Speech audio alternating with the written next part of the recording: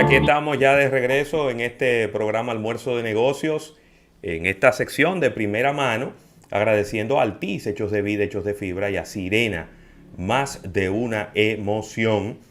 Y de verdad que estamos muy contentos de en el día de hoy recibir a uno de los principales expertos en marcas en todo el planeta.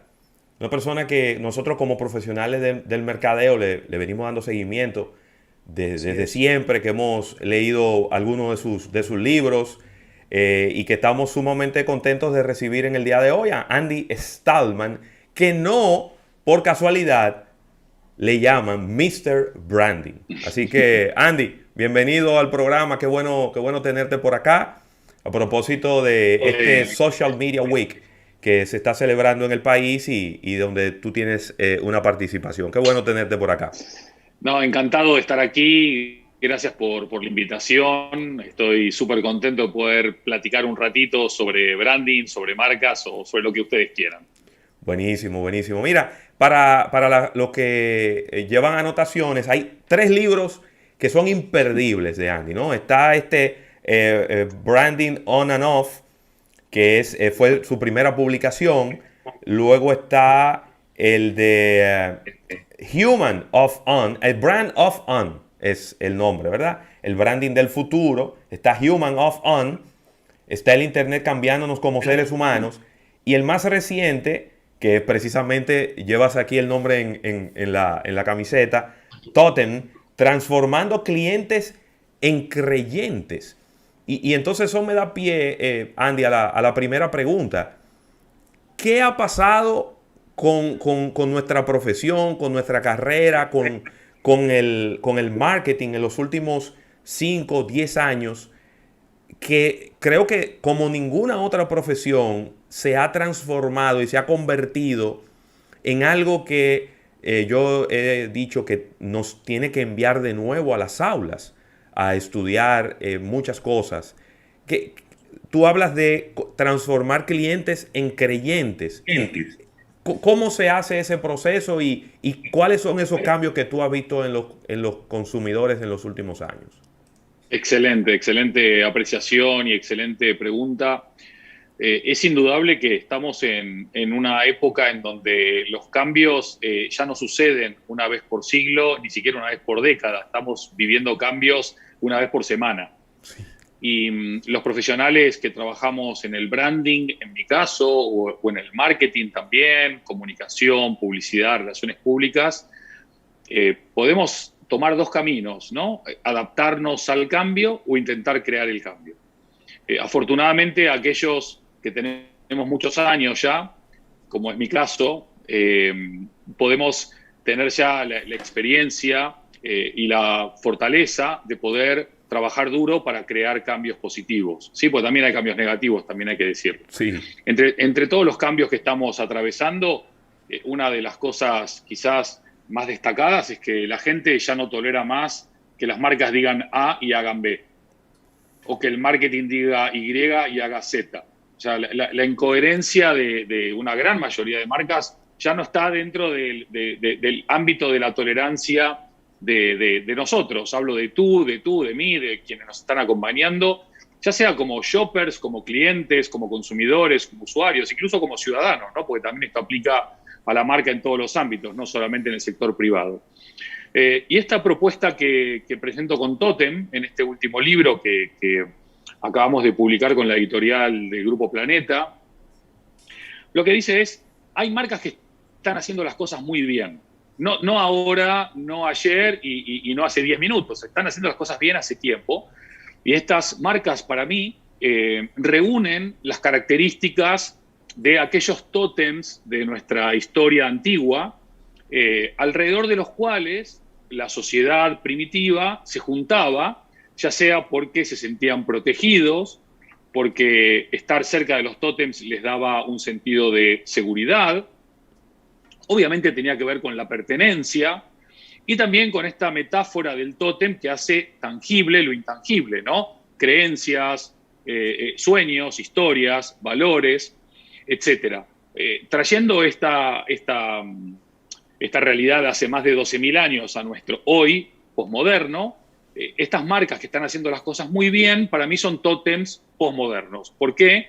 Porque nos reúnen, nos convocan, nos sentimos protegidos, nos sentimos parte de algo más importante, pero como además creemos en su rol de una construcción más positiva de la sociedad y con un cuidado consciente de las personas y del medio ambiente, al creer en su propuesta de valor, al creer en sus valores, al creer en su propósito, al creer en su liderazgo, dejamos de ser clientes o empleados para ser creyentes en su propuesta. Ahora bien, el matiz, y con esto acabo, es que esto no es un cheque en blanco a los tótems. Los tótems tienen que trabajar todos los días, cada día, para seguir consolidando esas relaciones de confianza y esas creencias compartidas en el rol trascendente para mejorar nuestra sociedad e impactar positivamente en nuestro mundo.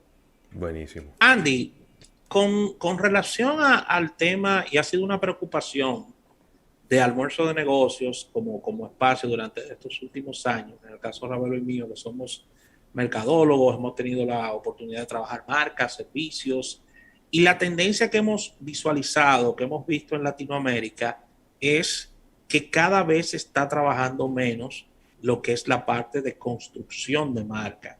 El mundo financiero, la rentabilidad, el hard sale, y ahora se suma a todo esto la transformación digital que muchos sostienen que es que tiene su lado positivo, pero tiene un poco de deshumanización de la marca con relación al humano per se, genera una situación no muy conveniente para la construcción de marca, porque todo es el enfoque financiero y rentabilidad.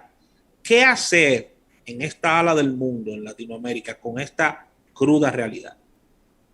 Pues mira, el otro día escuchaba, o leía, mejor dicho, a un creativo argentino, a un referente de la publicidad argentina que se llama Rodrigo Figueroa Reyes, a propósito de la muerte, creo, de David Kennedy, ¿no? Uno de los fundadores de Wieden & Kennedy. Sí. No es una cosa que se haya muerto Wieden y yo estoy hablando de que se murió quien no se murió, no, pero bueno, se murió uno de los dos fundadores de WD, y él decía que ellos se mantuvieron independientes hasta siempre, que hoy por hoy lo que está matando a muchas de las agencias no es la transformación digital, no es Internet, no es la inteligencia artificial, lo que está matando a muchas de las agencias es que se dejó de ver a la agencia como una gran herramienta de comunicación y de creación de valor para transformarse en algo financiero, ¿sí? Entonces, los directores financieros están matando al marketing. Lo entrecomillo, ¿sí? Claro. Porque hay directores financieros que solamente sean muy buenos, ¿no? Tampoco los vamos a mandar a todos presos. Pero lo cierto es que tenés toda la razón del mundo. Hoy por hoy, la mayoría de empresas aquí en Latinoamérica, en vez de preguntar lo correcto, preguntan lo incorrecto. ¿Lo incorrecto qué es? Es preguntar cuánto me cuesta invertir en marca, ¿sí? O cuánto me cuesta invertir en mercadeo, o cuánto me cuesta innovar, o cuánto me cuesta invertir en mi talento, o cuánto me cuesta invertir en mi cultura. Cuando en realidad la pregunta correcta es cuánto me cuesta no invertir en marca, cuánto me cuesta no invertir en mercadeo, cuánto me cuesta no invertir en mi gente, cuánto me cuesta no innovar. ¿Sí? Entonces, el foco está mal. El foco está mal, y lo que está pasando al final del día es que como no se está invirtiendo en marca, y ustedes y nosotros lo tenemos claro, pero por si alguien no lo tiene claro, la marca no es el logotipo, la marca es este set de creencias y de valores compartidos, ¿no? Que en definitiva es lo que la gente dice, siente o piensa sobre tu producto, sobre tu empresa, sobre tu programa, sobre tu compañía. Al no estar invirtiendo en la creación de valor, luego se empieza a achicar el negocio, a contraer el negocio, y te preguntas por qué, y la respuesta es porque no estás invirtiendo en lo correcto, estás recortando en gastos en vez de estar creando en valor. Sí, bueno, y eso es bien difícil, y yo ahí quizá le tiro un poco siempre la toalla a los gerentes financieros. Los gerentes financieros hacen su trabajo, el trabajo de ellos es cuidar el dinero. Ahora, está alguien por encima, que es el gerente general, el CEO, que es el que pone por encima las decisiones financieras a las decisiones de marketing. Y entonces luego vemos ejecutivos de empresas muy reconocidas que en algún momento, y CEO, que en algún momento dijeron como que vamos a reducir a la mitad la inversión de marketing porque ¿para qué sirve tanta inversión en marketing? Y han tenido que dar para atrás. Y han tenido que volver a las inversiones que tenían antes porque se dieron cuenta de que a menor inversión, la gente dejaba de recordarlos y la gente al final dejaba de comprarlos. Ahora, Andy, ¿qué tanta diferencia tú puedes observar, tú que has sido experto y asesor de empresas en los 5 continentes, de lo que está ocurriendo en nuestra Latinoamérica versus lo que está ocurriendo en el resto del mundo con relación al marketing? ¿Hay diferencias notables o tú sientes que más o menos está pasando lo mismo que en nuestra Latinoamérica que en el resto del mundo? Ok, buenísima pregunta. Solo quería matizar una cosa antes de olvidarme. Lo que la historia nos ha enseñado en los últimos 100 años es que en épocas de crisis o de recesión, recortar inversión en marca o en mercadeo o en publicidad es mal negocio, es buen negocio. Pero esto no es la opinión de alguien que trabaja con marcas o que puede estar sesgado por su afecto a este sector. Digamos, estos son datos y no opinión. Las compañías que no recortan sus presupuestos en épocas como estas salen antes de la crisis, crecen más en ventas. Totalmente. Si son cotizadas, recuperan su valor bursátil o crecen el valor bursátil un montón de veces más rápido que aquellas que sí lo hacen, etcétera. Con lo cual, hay cosas que no deberíamos ni estar discutiendo ya a esta altura de los acontecimientos en las empresas. En las empresas, digo, ¿no? Si nosotros, porque como están pasando estas cosas, tenemos que discutirlas para visibilizarlas, ¿no? Y qué bueno que ustedes lo hacen.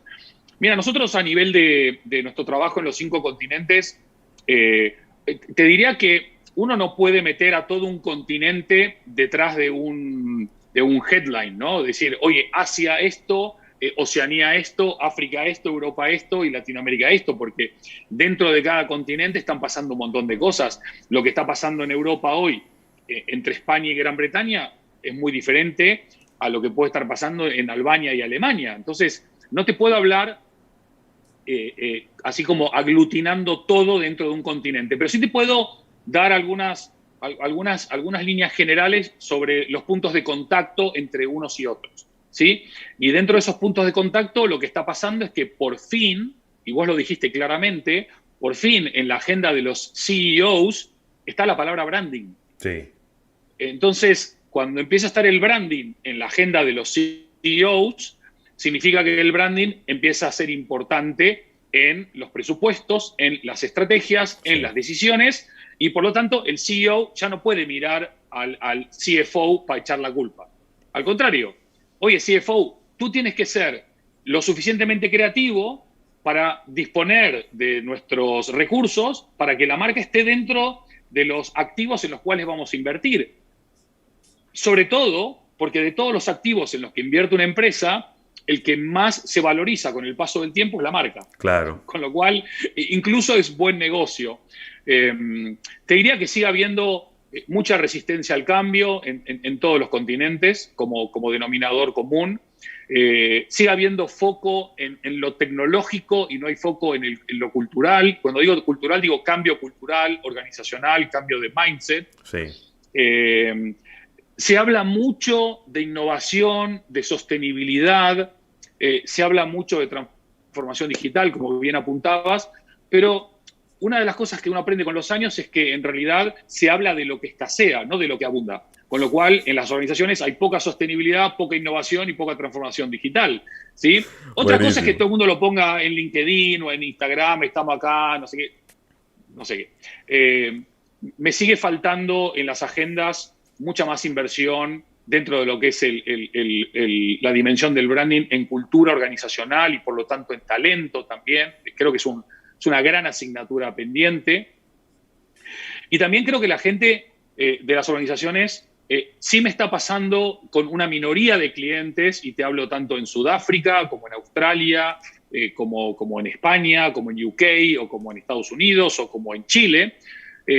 Estamos trabajando en proyectos con horizontes 2040 y 2050.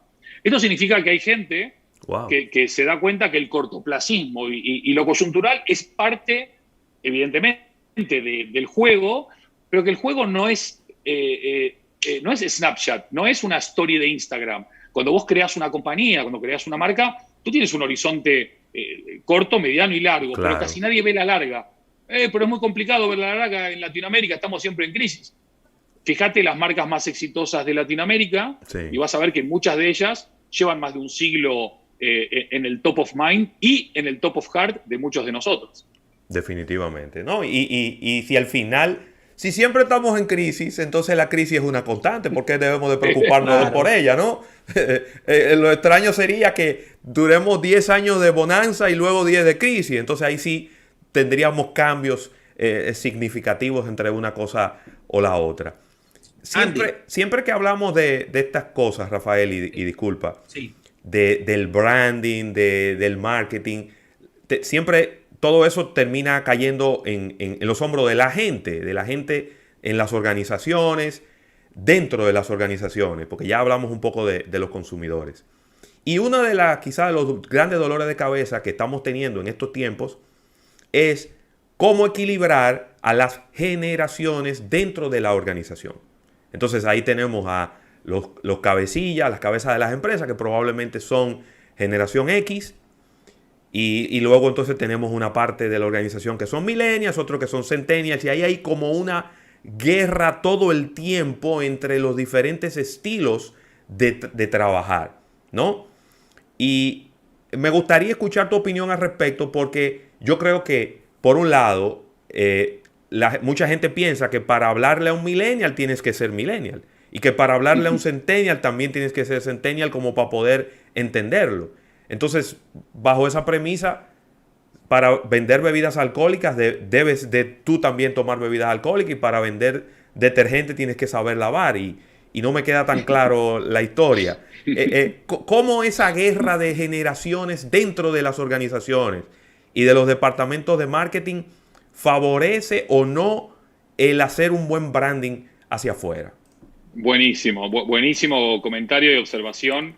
Mira, cuando escribí Brandofón en el año 2013, publicado en 2014, se me vino a la cabeza esta problemática, evidentemente, aparte porque la estaba viviendo, ¿no? en empresas en los 5 continentes con las que trabajaba. Y se me vino a la cabeza este libro de Francis Fukuyama, ¿no? Que hablaba de Clash of Civilizations, ¿no? Sí. El choque de civilizaciones. Y yo, mi hipótesis, o mejor dicho, mi ensayo dentro de Brandofón en este respecto era que lo bueno que nos traía esta nueva era que en vez de tener un choque generacional, íbamos a tener un encuentro generacional.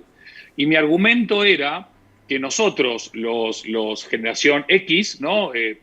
1969 and beyond, teníamos muchas canas porque venimos de vivir 4 décadas laborales de volatilidad, incertidumbre, crisis, Sí. caos. Hemos vivido incluso en una época donde el 100% de nuestro trabajo era analógico. Ustedes son jóvenes, Sí. pero yo tuve una época donde todo era analógico, no había digital, ¿no? Totalmente. Pero tenemos hoy unas juventudes, bueno, los millennials tampoco es que son tan jóvenes ya, ¿no? Hay algunos millennials que ya tienen sus edades, ¿no? Pero, y los millennials y los Z, ¿no? Que sí es una generación a la cual hay que prestar atención porque viene con una vocación de disrupcionar bastantes cosas, tienen un conocimiento que nosotros quizá lo tenemos menos, pero ellos tienen un desconocimiento muy grande de otras cosas. Nosotros tenemos un conocimiento de social skills, o habilidades blandas, ellos son muy buenos en un ecosistema digital. Entonces, ¿por qué tenemos que ser duales en esta situación? Sí. ¿Sí? ¿Por qué no podemos integrar? Lo mismo que el on y el off ya son off-on, y si no estás out. Generacionalmente creo que es lo mismo. Pero además, una tesis que vengo sosteniendo es, para mí, las generaciones, para lo único que sirven es para saber a qué grupo de edad perteneces, nada más. Para mí hoy hay una sola gran generación, es la generación Netflix, que es una generación que quiere conseguir lo que quiere, cuándo lo quiere, dónde lo quiere y cómo lo quiere. Y las compañías que no responden a estas necesidades, tengas 80, 60 o 20 años, están jodidas. Porque hoy en este momento, en esta vida de gratificación instantánea, de omnicanalidad o casi de ubicuidad con las marcas, cuando yo quiero algo, lo quiero ya. Sea físico o digital. Con lo cual no creo que esta segmentación por generaciones sea muy accurate, en el sentido de que yo conozco generación Z o millennials que parecen gente de 90 años, con todo cariño por los de 90 años, Por ejemplo, tengo a mi madre que tiene sus años y parece una millennial, porque está súper activa, súper creativa, Sí. súper innovadora, súper curiosa. Entonces, tenemos que seguir tratando de, y en un programa tan prestigioso como el de ustedes, ¿no? Con todo el respeto que ustedes generan en la comunidad, tenemos que ir demoliendo mitos, Claro. ¿no? Y creo que este es un mito que podemos ir demoliendo con argumentos, ¿no? No porque a Andy se le ocurra o porque a ustedes se le ocurra, sino porque lo que estamos descubriendo es eso, ¿no? El encuentro de generaciones crea mucho más valor que el simple clash, ¿no? El simple choque. Sí. Bien, para aquellas personas que se suman a esta conversación,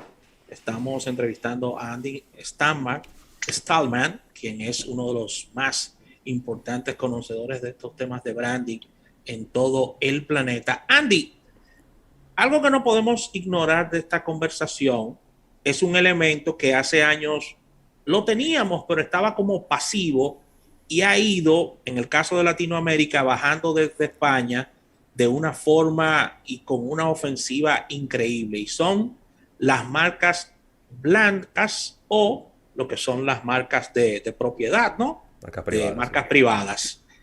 Yo quería preguntarte, el avance y la ofensiva de este nuevo formato de marcas ha ido estableciéndose por la falta de inversión en el branding o sencillamente era una tendencia que era inevitable que la tuviéramos y cómo ves el futuro de las mismas. Ok, excelente comentario y buena lectura de lo que está sucediendo. Hay varias cosas para responder a esto. Primero, las marcas blancas son casi anteriores a las marcas tal y como las conocemos, ¿no? De hecho, eran blancas porque el pack era blanco, de ahí viene esa denominación, sí. No tenían nombre y era un pack blanco, marca blanca. Lo que hoy está sucediendo en España, porque mencionabas España, es que grandes compañías de supermercadismo, como por ejemplo Mercadona, que es un caso paradigmático, sí. Lo que han desarrollado son marcas propias, sí. No blancas, ¿sí?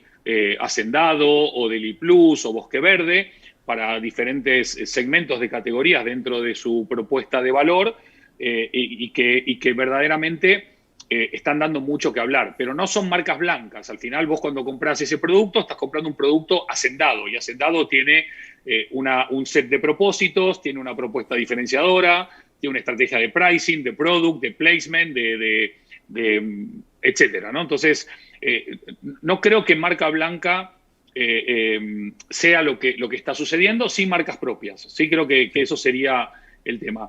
El punto es el siguiente. El supermercadista de toda la vida, o el retailer de toda la vida, era un mero intermediario, ¿sí? Vos eras un Danone, un Coca-Cola, un Bimbo, lo que sea, ellos te compraban y luego vendían y ganaban en el medio. Y se dieron cuenta, hace muchos años ya, no ahora, que en vez de que uno gane y el otro gane, que ellos también podían ganar más, ganando más margen, hablo de margen, ¿no? Porque al final la gran distribución tiene un margen muy chiquitito, como todos bien saben. De esta manera puedes ampliar muchísimo más tu margen. Y al final yo creo que la estrategia de darle más fuerza, tanto a nivel de I+D, como a nivel de diseño, como a nivel de marca, como a nivel de espacio en los lineales, tiene que ver con esta nueva realidad en donde vivimos en una economía que busca la desintermediación, ¿no? Que buscamos el peer-to-peer o el brand-to-consumer sin pasar por alguien intermedio. Fíjense lo que pasó con Nike y con Amazon hace muy poquito, ¿no? Pero también lo que estamos viendo es que hoy por hoy hay una tendencia, me voy un segundo de la alimentación, pero me voy a la moda, en donde lo que se está haciendo es que yo me compro algo de moda, lo puedo rediseñar, reajustar, mejorar y luego lo revendo, con lo cual yo ya no tengo ni siquiera que pasar por una tienda de moda o por una marca de moda, sino que ya soy yo la moda también, ¿no? Entonces, se están dando unas circunstancias súper interesantes, pero en todas estas circunstancias hay un denominador común. Si no hay una marca endoso, si no hay una marca respaldo, si no hay una marca de calidad, que puede ser una marca que se posicione en una característica puntual que es marca barata, es igual de valioso también, sí. No se puede trabajar. Lo que quiero decir también es, hay gente que está hablando de marca sin marca, brandless, ¿no? El no logo, el no brand, eso es un invento, ¿sí? Porque incluso marcas como Muji, la japonesa, ¿no? Que seguramente habrán oído hablar de ella, que dice, nosotros somos brandless. ¿Cómo hacer brandless si tenés una propuesta de valor, si tenés un territorio de marca, si tenés un nombre, si tenés tiendas, si tenés uniformes, decoración, web? O sea, ¿dónde está el brandless? ¿Sí? Otra cosa es que vos seas labelless, ¿no? Como hizo alguna vez Absolute para decir, oye, somos tan icónicos que quitando la etiqueta igual somos nosotros, ¿no? Pero brandless y todo eso, out of the discussion. Bueno, mira, gracias a Andy Stallman, vale el momento de decir que estás aquí por el Social Media Week. Mañana a las 2 de la tarde estarás con la conferencia que tienen que hacer las marcas para humanizar la virtualidad. Entonces, de repente algunas personas que nos están escuchando, que les interesa, pues ya sea virtualmente o presencial, no sé si ya haya espacio, pero de manera virtual, pues pueden entrar a la página web de Social Media Week y entonces ahí preguntar cómo todavía pueden hacerse. Mañana habrá pues 4 conferencias diferentes. Vamos a tratar ahí en la medida de lo posible cuando termine el programa ir a ver algunas de estas conferencias. Y Andy, de verdad que agradecerte el tiempo que has tenido con nosotros aquí en esta entrevista y desearte una buenísima estadía aquí en la República Dominicana. Entiendo que estás aquí físicamente, ¿verdad? Sí, no, estoy acá recién llegado a Santo Domingo. Me encanta la República Dominicana, me encanta la gente, los paisajes, el calor, la música, la vibra que hay, que es increíble. Y también me gustaría despedirme, por supuesto, agradeciéndoles por este espacio fabuloso de conversación. Nos faltaba un buen ron, un buen vino y seguir conversando, ¿no? Que en algún otro momento podríamos hacer lo que sea fuera de cámara, que sería un placer. Pero lo otro que quiero dejar es, más allá de las problemáticas puntuales del continente, como bien dijeron ustedes, es un continente que vive en permanente estado de crisis, lo cual nos ha hecho más fuertes, ha forjado nuestro carácter, nos ha hecho más creativos, más ágiles, más valientes también. El talento que hay en este continente es fabuloso, ni que hablar en República Dominicana, ¿no? Pongamos más foco en lo que se puede crear, en lo que se puede construir, en lo que se puede colaborar y seguramente entre todos podamos sacar finalmente a nuestro querido continente de la crisis para ponerlo en un lugar, no digo de estabilidad y aburguesamiento, ¿no? Pero sí de poder vivir con una mejor calidad de vida y seguir creando valor, ya no para la gente que tenemos la suerte de vivir bien, sino para aquellos que están ahí rezagados en la carrera por el bienestar, ¿no? De repente vale la pena, Andy, pensar quizá en una marca región, Latinoamérica, en donde Latinoamérica sea sinónimo de eso, de carácter forjado, de tenacidad, de insistencia y de piel ya un poquito más fuerte, precisamente por los golpes que hemos recibido. Porque yo de verdad le tengo miedo al día que Latinoamérica tenga todos los problemas resueltos, porque será pero muy aburrido, ¿eh? Andy. Sí, y perdóname que hay un punto más que lo has dado implícito, pero no lo has enunciado explícito, que es nos estamos virtualizando, digitalizando, automatizando, y hay un factor humano en Latinoamérica que por más automatización y digitalización está ahí. Hay ese afecto, ese cariño, esa empatía, esa socialización, que es un refugio para la humanidad, es un oasis para la humanidad y no hay que perderlo y hay que cuidarlo también. Buenísimo. Andy, robándote un minuto más de tu tiempo, una pregunta que la tenía en carpeta y no quiero despedirte sin que me la respondas rápidamente. Y es con relación a posturas de marcas como Nike, que ha adoptado posiciones desde el punto de vista político y con temas raciales. ¿Cuál es tu opinión de esta postura de la marca? Si quieres no te puedes extender mucho, pero quiero saber qué opinas sobre esta postura tan arriesgada de marcas como Nike.